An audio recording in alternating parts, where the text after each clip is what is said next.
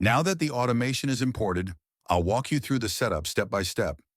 I'll show you where to activate the scenario, where to add your API key, and which parts you can safely customize. This is not a make.com tutorial. I'll focus only on the parts you need to get this running reliably. We'll look at two setups, one for new posts that creates a pin and sets the featured image, and one for updates that creates a pin without changing the featured image. You don't need technical knowledge to follow this. Most users finish the setup in about 15 minutes. Let's start with a quick overview of the scenario after import. Quick overview of the scenario so you know what each block does. We're not configuring anything yet. This starts with a WordPress webhook. When a post is published, WordPress sends the post ID and metadata to make. Next, WordPress Get a Post retrieves the full post content using that ID, including the title, content, and permalink. This configuration module is where you customize the main behavior of the automation. Here you can adjust things like your Pinterest board, language defaults, and also edit the prompts used for titles, descriptions, alt text, and image generation. You can adapt these prompts to your niche without touching the rest of the scenario. Based on those prompts, the automation generates a Pinterest title, description, and alt text from the article. At the same time, the prompts are combined into one visual prompt, which is sent to the latest GPT image model to generate a vertical pin image. The generated image is uploaded to the WordPress media library and automatically set as the featured image of the post. Finally, the Pinterest module publishes the pin with the image, copy, alt text, and the blog post link. Now that you know where everything happens, let's go through the setup and connections step by step.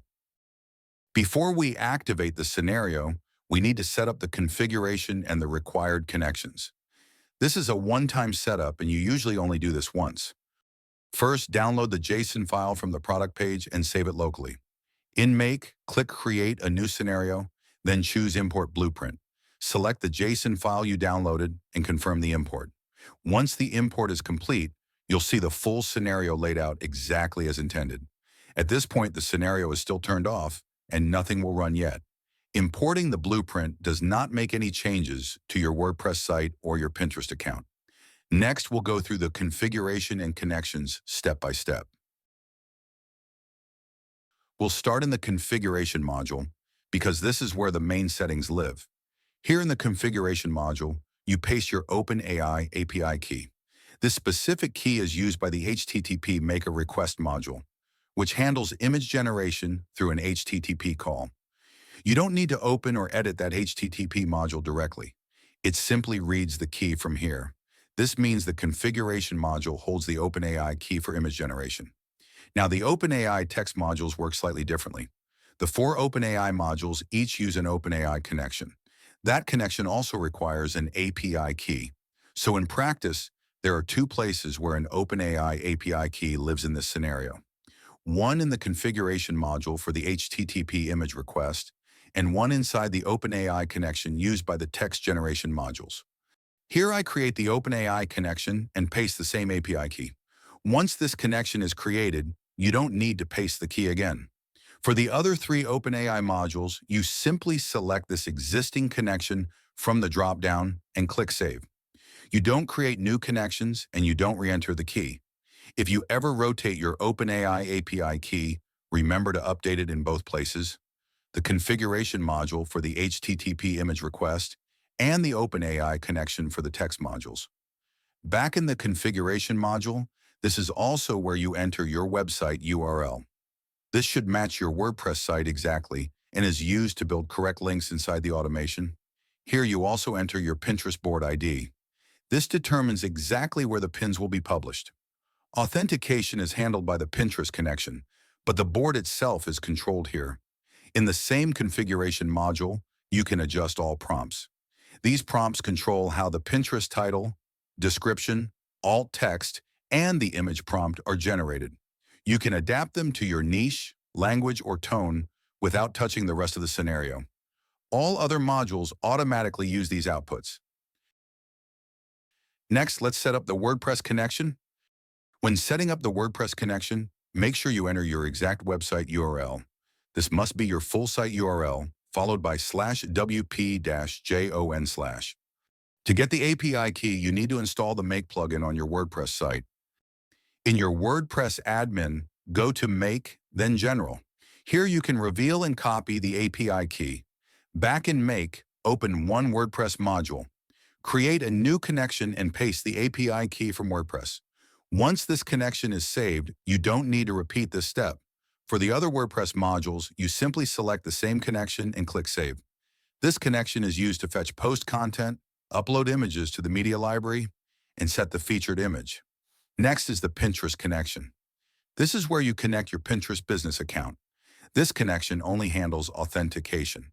The board selection itself is controlled from the configuration module. Once these configuration values and connections are set, the scenario is ready to be tested and activated. In the next step, we'll test the webhook and turn the scenario on. To connect WordPress and Make, we now need to set up the webhook. This webhook is what tells Make that something happened in WordPress. In Make, open the webhook trigger and click Add a new webhook.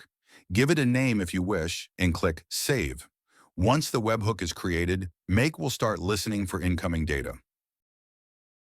Now leave Make open and switch to your WordPress admin. In WordPress, go to the WP Webhooks plugin, select the tab Send Data, select the trigger Post Created, and click Add Webhook URL. Paste the webhook URL from Make into the webhook field. Give the webhook a name. Save the webhook configuration in WordPress. To determine the data structure, click the three dots and select Send Demo. Now go back to Make and you will see a confirmation message. The webhook is now connected and ready to use. From now on, every time a post is published, this webhook will trigger the scenario automatically. However, we need to make some important setting changes. In WP Webhooks, click the three dots and select Settings. Here, select Post and Published. Otherwise, you will get a lot of triggers. Don't forget to click Save Settings. Now we're ready to activate and test the scenario. Before turning it on permanently, we'll first run a test. In Make, click Run Once. This puts the scenario in listening mode and waits for a trigger. Now let's switch back to WordPress. Here I'm publishing a test blog post. Nothing special is required. This is just a normal WordPress post. When I click Publish, WordPress sends the event to Make. At this moment, the automation starts running. You can now see the scenario executing step by step in Make. The post content is retrieved, the prompts are processed, and the image is generated. The image is uploaded to the WordPress media library and set as the featured image. Finally, the Pinterest module publishes the pin. Let's switch to Pinterest. Here you can see the new pin, published automatically and linked to the blog post. The generated image is also automatically set as the featured image of the blog post. At this point, the test is complete. If everything looks correct, we can stop the run. Now that the test was successful, we can turn the scenario on. From now on, every time you publish a new blog post, this automation will run automatically. You don't need to click Run once again. The scenario will listen for new events on its own. If you want to create Pinterest pins on a regular automated basis, without needing to go into Make at all, you can change some settings so it runs basically on a schedule. Select your webhook module and click Redetermine Data Structure. Copy the webhook address. In WP Webhooks, select Post Updated and fill in the details in the same way we did for Post Created. Very important.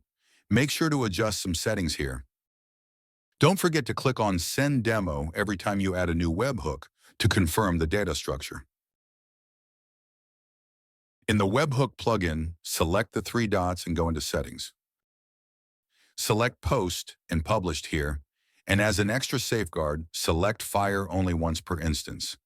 If you wouldn't make these setting changes, there would be hundreds of queued triggers before you know it, which could cost you a lot of API credits and also risk you being labeled as a spammer by Pinterest. So each time a post is updated, WordPress sends an event to Make. Instead of processing that event immediately, the scenario places it into a queue.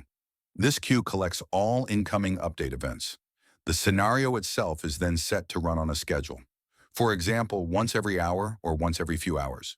When the scheduled run starts, the scenario processes the queued items one by one. For each queued post update, a new Pinterest pin is created. In this flow, the image is generated and uploaded to Pinterest. but it is not set as the featured image of the blog post. This prevents existing featured images from being overwritten.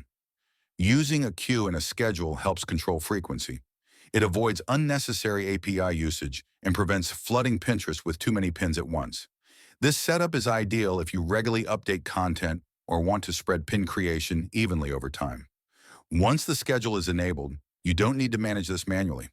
WordPress sends the updates, make queues them, and Pinterest pins are published automatically based on your schedule. If you want to control whether the generated Pinterest image is set as the featured image or not, you can configure that here. Open the WordPress module called Upload to WordPress Media. Scroll down until you see the field labeled Post ID.